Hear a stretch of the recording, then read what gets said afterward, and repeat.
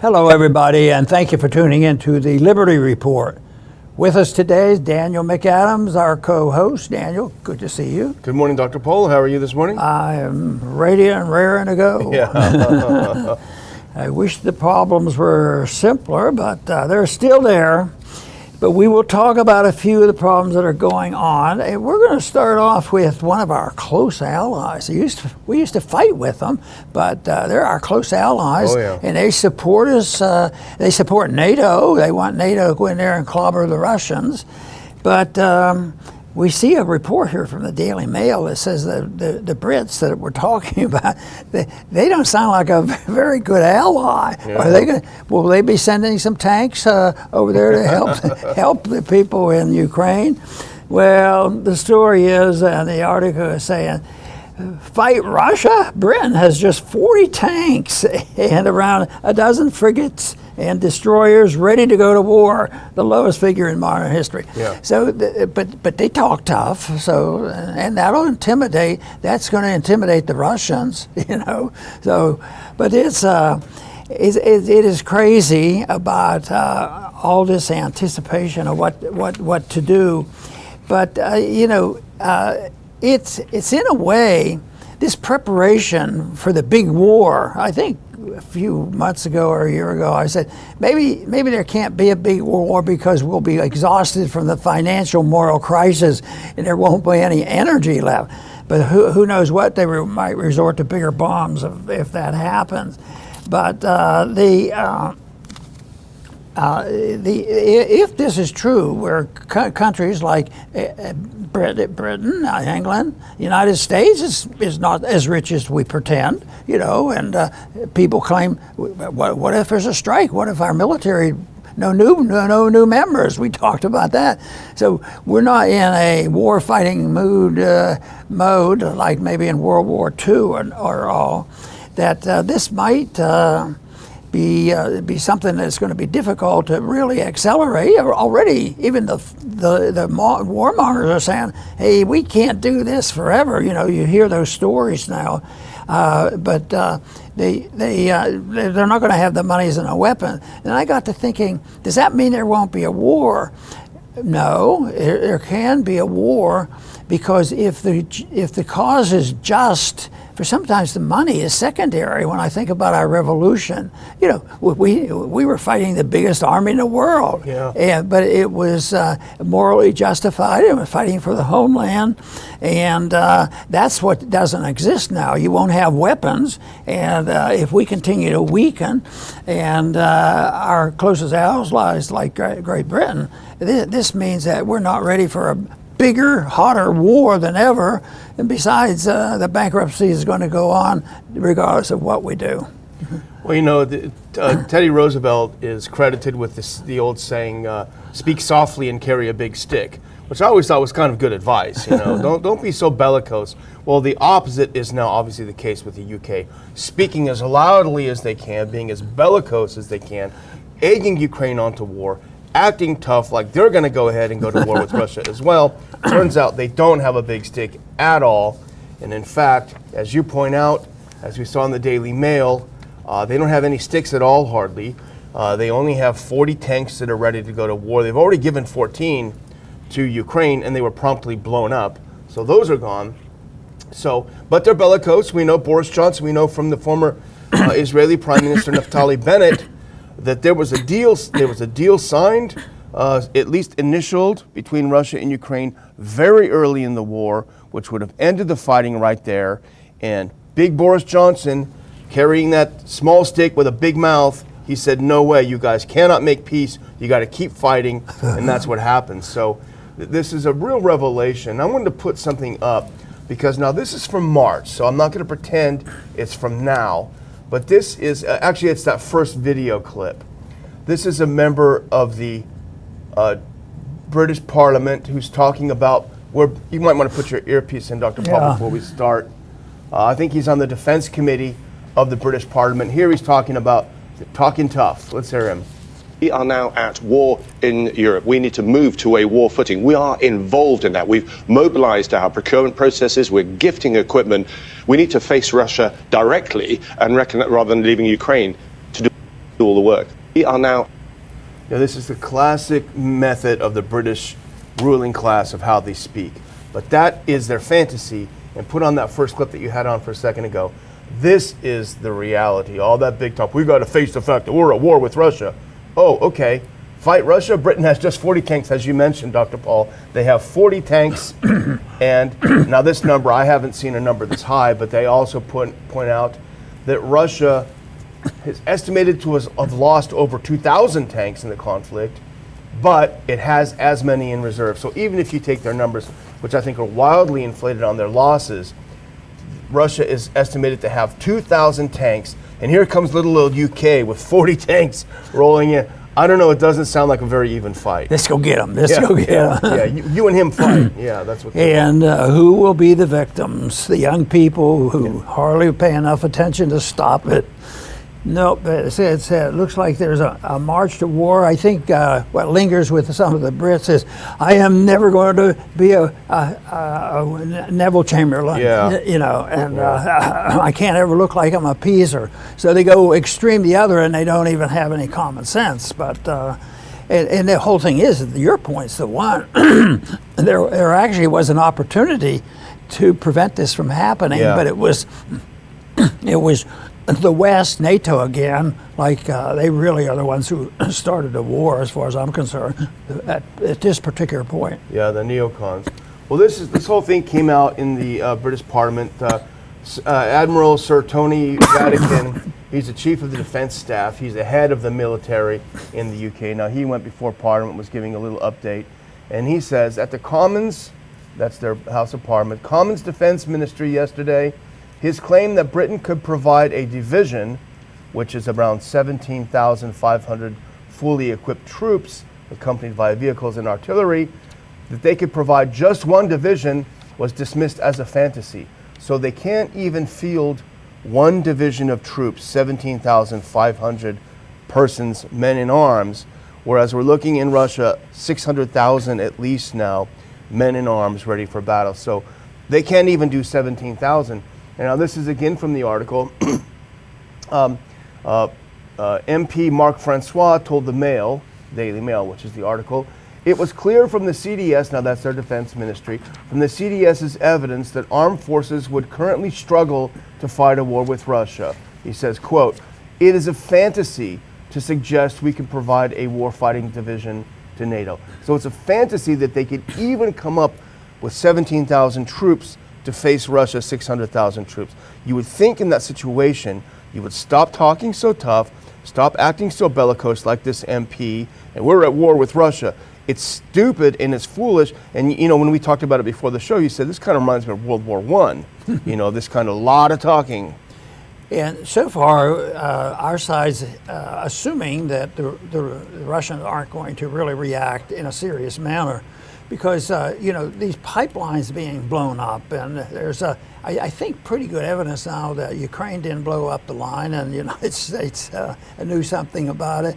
But whose pipeline was it? Who had the money in there? Who was offering some peace? It's the Russians. But there's been a couple episodes like that, and that's probably the limitation. One of these days, I think their attitudes are going to change. Maybe the Brit will give them a false flag or something, which would be terrible. Well, the thing is, the situation in the UK, we remark upon it primarily because they are among the most bellicose. They and Victoria Nuland and the others. But the fact is, they're not unique in the fact that they are talking tough without anything to back it up. And if you can skip ahead to that first one about Germany, this is just a random search this morning that I found out. Now, this is from an article that came out recently. Germany is running out of explosive artillery shells, having provided it in bulk to Kiev. So this is from June 20th of 2023. They gave all their artillery shells to Kiev, and they don't have any left. So they're not looking in good shape. And this next one again, this is Germany again. This is from The Economist. I don't have the exact date, but it's important. This is the chief of the German army, Alphonse Mayes.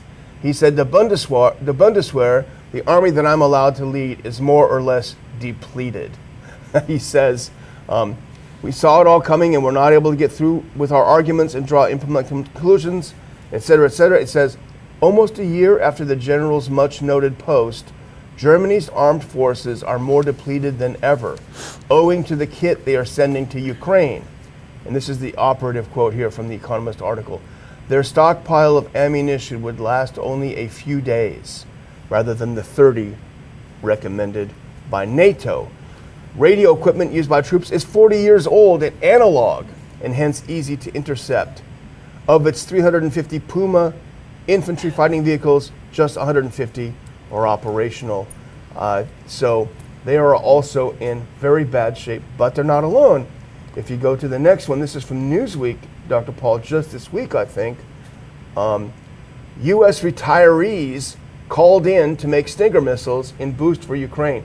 So I think it's Raytheon is having to call back in.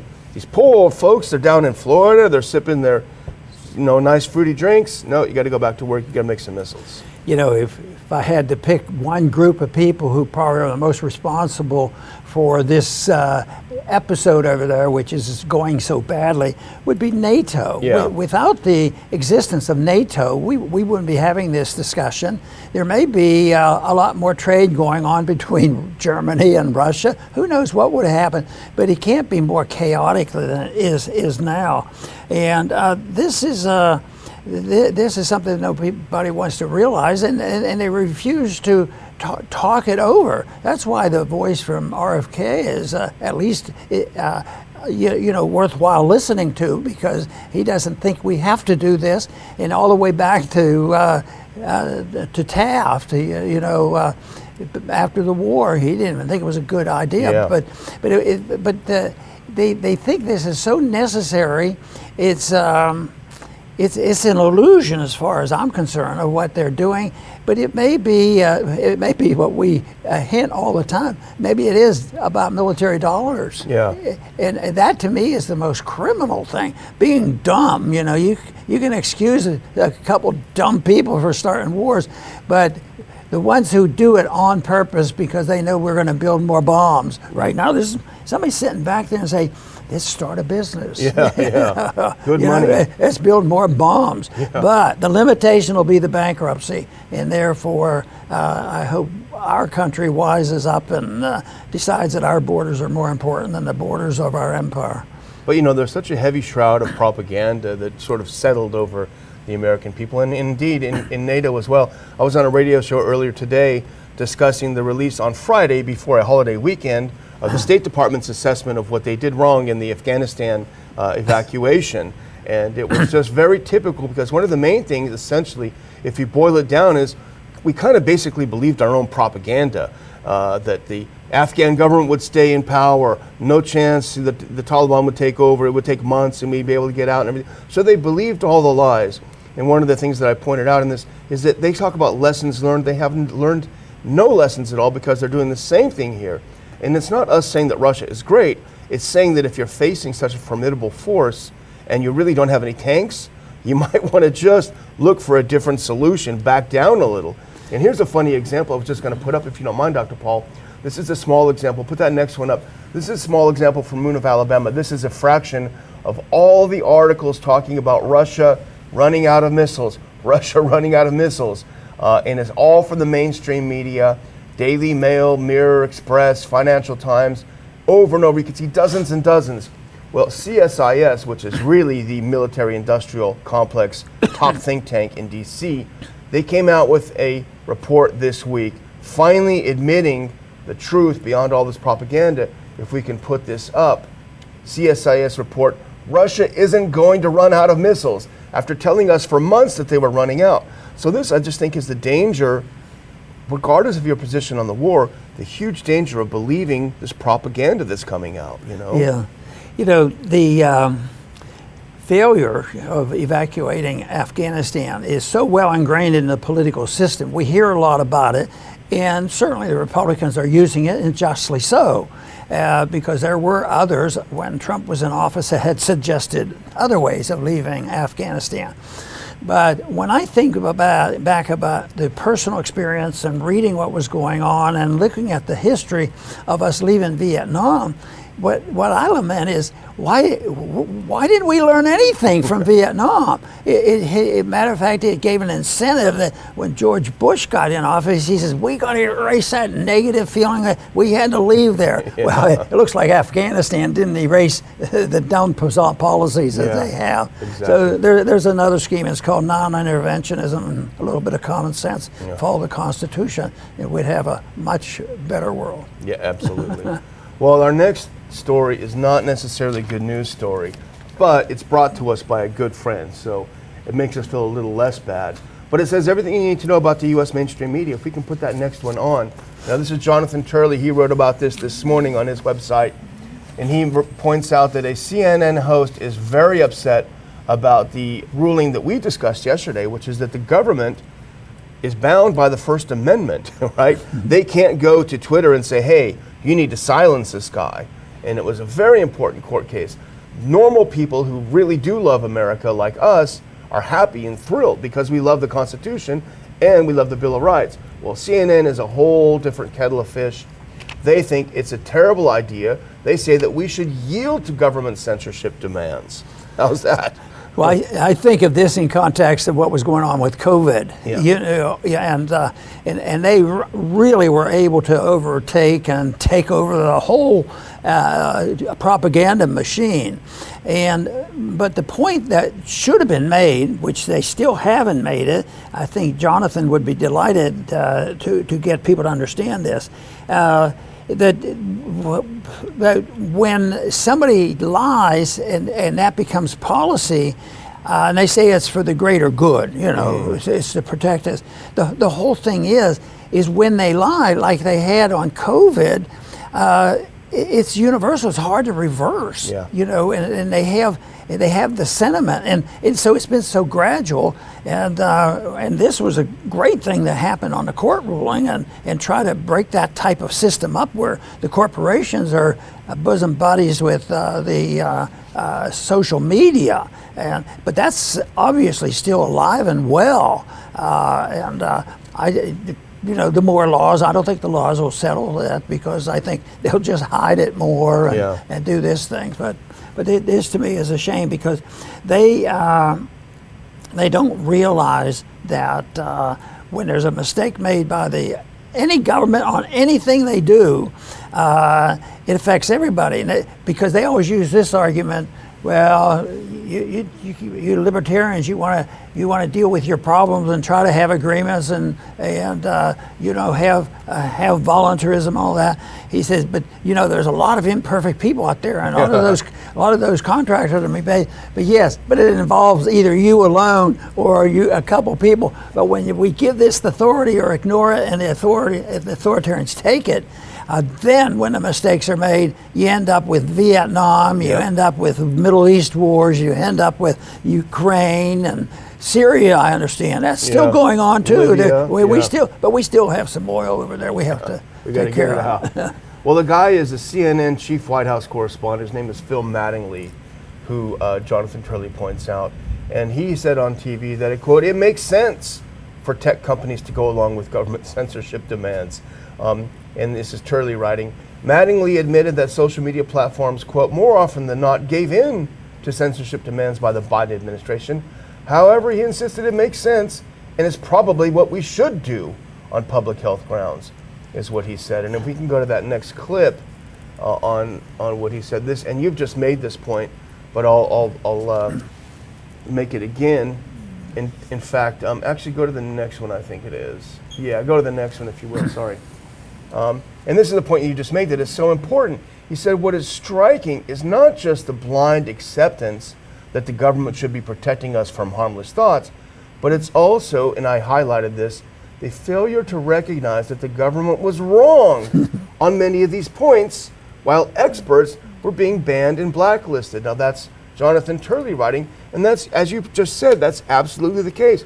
And Turley goes through and talks about in masks and every other aspect of the COVID thing that the government was censoring people, the real experts were banned, and it turns out the government was wrong on the whole thing. They look at it more narrowly in order to motivate people. So we need to do this for COVID. We need better treatment, as too much false information goes out. Same way with Ukraine. They're thinking about Ukraine. They're not seeing the bigger picture. And of course, what we're dealing with here is the advancement of the corporatist goal of moving more boldly toward fascism. And most of the time they name it something else. Antifa. Oh, they're against the fascists, aren't they? And here they're fascist people doing the same thing, and they just, put the blame on somebody else. But I think this kind of stuff, and maybe the ruling is going to help a lot, and we can get people rallied and move away from it, because I think there are a lot more people now disgusted with it all. But they're not going to give up the corporatist movement, completely.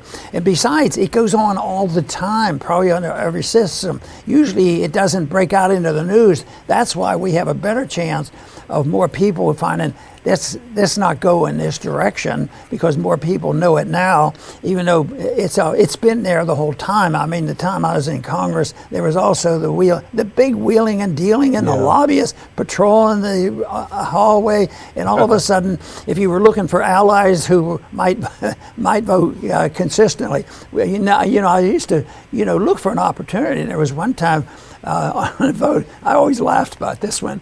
There were 4 people. I was one of them, and it was against some military funding. But there was one name out there, and this guy, he couldn't be for this. He couldn't be for this. So the next day I bumped into him on the House floor, and I said, hey, I'm going to tell you something. I'm interested in your position because you voted yesterday with 4 of us. He says, I did. He raced on and got unanimous consent to erase it. And I find that's how deeply they thought about it. How many donors did he lose for doing that?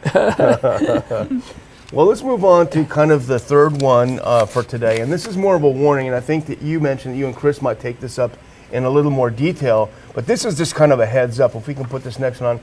Now, this is from Steve Watson on Summit News. The heads up, especially when we talk about COVID.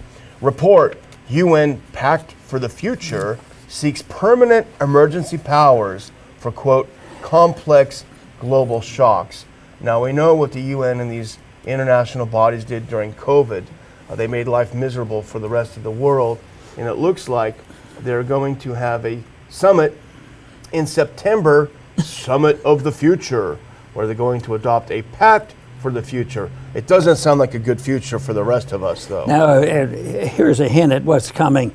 A global body to lead a, quote, common agenda for all nations during any complex global shocks. Oh, jeez. And there's a couple coming. Yeah. Such as new pandemic. Oh, of course. There's I think there's been some sneaking talk about the next pandemic. Yeah. Oh, guess what? We have another virus. They'll never catch us on this one. Yeah. And but we won't allow them to get vaccinated. And no, everybody should get vaccinated in the future, because we know it's coming. Yeah. So we'll keep an eye on that. I'm sure you and Chris are probably going to look at some aspects we'll of talk this about as some well. more. But this whole thing about globalism is sort of a sickening way to handle things. It undermines, it undermines national sovereignty in a true negative way.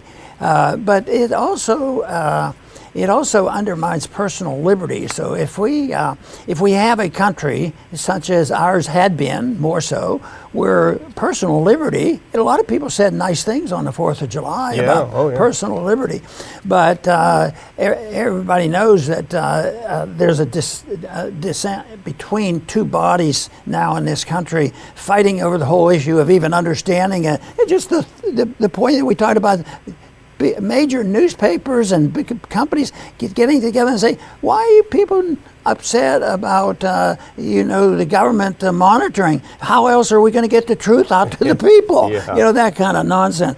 So the bigger the body of individuals running us, the worse it is. And I used to think, I went to a government school, but the government school was one little community. But we had all the teachers, and there was a school board, and there were 20 of us in a class, and I went 8 years through that school. But then when they started putting the groups together, I remember my dad saying, boy, that's getting pretty big. And then it became statewide, and then it became federal, and now it's United Nations. Oh, yeah. And every time, I think you had to take away from the quality of education and from personal choices and personal liberty. And I think the evidence would show that. Yeah, absolutely. Well, I'm going to close out if we're ready, and I'm going to do something we haven't done in a while, which is thank our viewers. We appreciate our live viewers who help us get the show out. You can help us more if you hit like, please, and if you comment, keep the engagement high. It'll help us get the show out and the word out to more people. Tell your friends about it. Tell your enemies about it. Repost the show on your social media. We really appreciate it. We want to grow the show as much as we can. And I will remind you when we look at our next clip, you've got to get your tickets for our September 2nd conference in Washington, D.C. Now, we're not exactly in D.C., so don't get worried. We're out by the Dulles Airport, and the reason we do conferences out by the Dulles Airport is that, yes, technically we're in the D.C. area. However, you can simply get to the airport, take a shuttle, get to the hotel, watch the conference, get back in and take off if you want, or you can go sightseeing and spend a couple extra days. It's Labor Day weekend, so we just want to provide the most opportunities for you, but we do want to spend that Saturday with you, Saturday, September 2nd. I'll put a link in here where you can get your tickets for the conference, and we look forward to seeing you there. Dr. Paul? Very good. I'm going to close with emphasizing once again what our goals ought to be, and as far as I'm concerned, politically and personally, it should be to seek truth, recognizing that truth, pure truth, is unachievable. There always has to be the goal for truth, believing that there is something like natural law that will give you a pretty strong hint of what is right and what is wrong. But there is a growing number of groups that have gained control of our government and our society that say you're wasting your time because truth is unknowable and you can't reach it. And so governments have to devise a way of expressing and telling people what the truth is, and they want to substitute that for all religious beliefs and an understanding of natural law. So the battle is out there between the truth seekers and the people who say it's impossible to know truth. That's one of the reasons I like our conferences, because we have a broad spectrum of individuals that know and understand what truth is all about and what the purpose is. And history sort of, I believe, supports what I'm just saying, because it has been known for a long time the difference between right and wrong and truth and lying. But there are some people that, even like the report we had today, what business group saying, what's wrong with lying? Why shouldn't people don't know this? That's why we need the government to do this. Well, our organization doesn't buy that, because I think it's important, but we also recognize the fact that man is not perfect, but there's been a big variation of what man can do. And when there's a greater understanding of a natural law and a seeking of truth, I think you can end up with a much better country.